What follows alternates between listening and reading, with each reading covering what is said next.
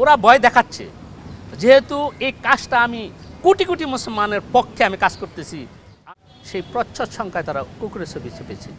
প্রথম আলো ঈদ সংখ্যার মধ্যে তারা এই প্রচ্ছদটা এঁকেছে। দেশকে কোনো অস্থিতির পরিস্থিতি কেউ যাতে সুযোগ না করে, এই জন্য আমি নিজে স্বেচ্ছায় প্রণোদিত হয়ে আমি আদালতের কাছে, মাননীয় বিজ্ঞ আদালতের কাছে আমি এটা অনুরোধ করেছি, তার জন্য দৃষ্টান্তমূলক সাজার ব্যবস্থা করা হয়।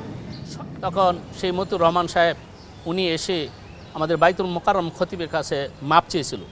তারা আমার বাসায় আশেপাশে সমস্ত জায়গায় গিয়ে বিভিন্নভাবে আমার খোঁজখবর নিচ্ছে, আমি কি করি, পারিবারিক বা অন্যান্য যত আছে গোয়েন্দা যেগুলি রাষ্ট্রদ্রোহী মামলার ক্ষেত্রে যেগুলি করা হয়, যে ওই ভিকটিমের ক্ষেত্রে যেগুলি করা হয় সেগুলি তারা ব্যক্তিগতভাবে ওরা ভয় দেখাচ্ছে, যেহেতু এই কাজটা আমি কোটি কোটি মুসলমানের পক্ষে আমি কাজ করতেছি।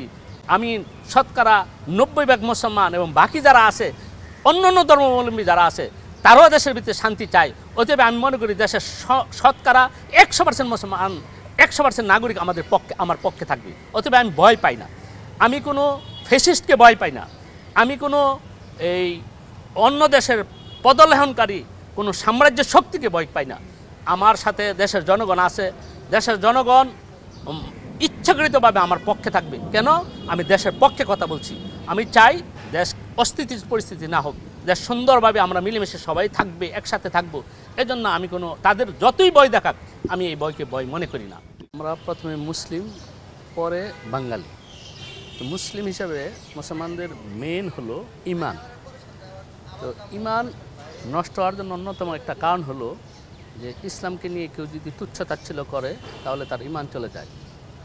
আমরা অত্যন্ত দুঃখের সহিত দেখলাম যে মুসলমানদের সবচেয়ে বেশি আনন্দের যে দিন, দুইটা দিন, এর মধ্যে একটা দিন হলো ঈদের দিন। সেই ঈদের সংখ্যায়, প্রচ্ছদ সংখ্যায় ওনারা মুসলমানদের ভিতরে সবচেয়ে অপছন্দনীয় যে প্রাণীগুলি আছে এর মধ্যে অন্যতম একটা প্রাণী হলো কুকুর। সেই প্রচ্ছদ সংখ্যায় তারা কুকুরের ছবি চেপেছে। আমরা এটা ধরে নিতাম যদি তারা এই কুকুরের ছবিটা যদি বাঙালি সংস্কৃতির অংশ হতো তাহলে এটা আমরা স্বাভাবিক মনে করতাম, কিন্তু কুকুর তো বাঙালি সংস্কৃতিতে পড়ে না। তাহলে কুকুরটা কেন নিয়ে আসলো? এটার মূল উদ্দেশ্য হলো, তাদের উদ্দেশ্য হলো যে তারা যখন 5ই আগস্টের পরে দেশটা একটা স্থিতিশীল পরিস্থিতি তৈরি হয়েছে, দেশটা স্বাধীনভাবে মানুষ কথা বলতে পারতেছে, তারা ধারণা করতেছিল দেশের ভিতরে বিভিন্নভাবে একটা অস্থিতিশীল পরিস্থিতি তৈরি করতে, কিন্তু তারা যখন এটা ব্যর্থ হয়েছে তখন মুসলমানের ধর্ম অনুভূতিতে আঘাত আনার জন্য তারা সুপরিকল্পিতভাবে তারা এই প্রচ্ছদটা এঁকেছে, এরা আমার কাছে মনে হয়েছে। তো এই ইতিপূর্বেও তারা বাংলাদেশে যে জঙ্গি ন্যারেটিভ, এই ন্যারেটিভগুলি তারা তৈরি করে অসহায় নিরীহ মানুষ, সাধারণ মানুষকে তারা জঙ্গি সাজাইয়া বিভিন্নভাবে বছরের পর বছর, যুগের পর যুগ তারা জেলে রেখেছে।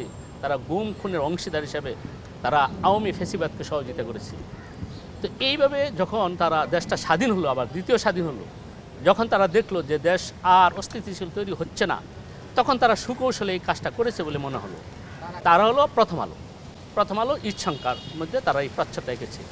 তো আমরা এর আগে কিছু ভাই প্রথম আলোর সামনে গিয়েছিল এটা প্রতিবাদ জানাতে।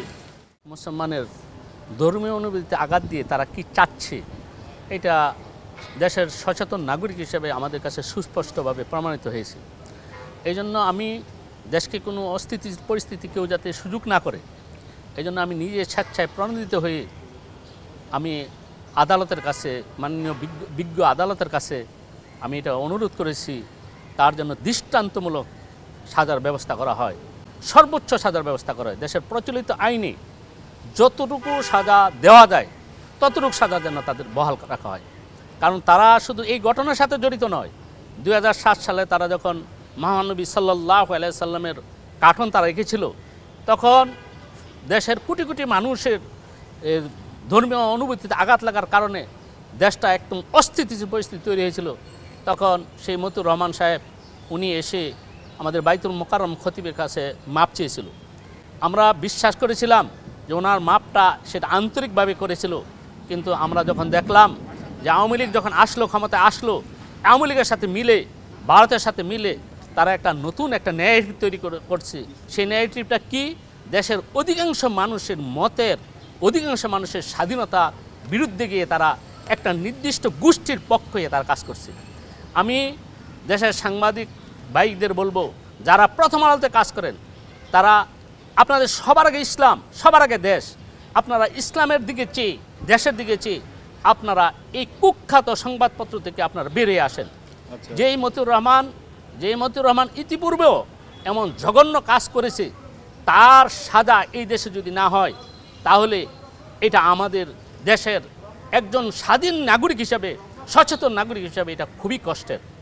আমি বিশ্বাস করি যে সরকার এই বিষয়টাকে অত্যন্ত গুরুত্বের সহিত দেখবে, কারণ বর্তমান সরকার অনেক মেধাবী সরকার, তারা অন্য কোনো দেশের পাচাটা সরকার নয়, অন্য কোনো দেশের পদলেহী সরকার নয়, তারা স্বাধীন সরকার। এই দেশের সরকার হাজার হাজার মানুষের রক্তের বিনিময়ে এই সরকার প্রতিষ্ঠিত হয়েছে।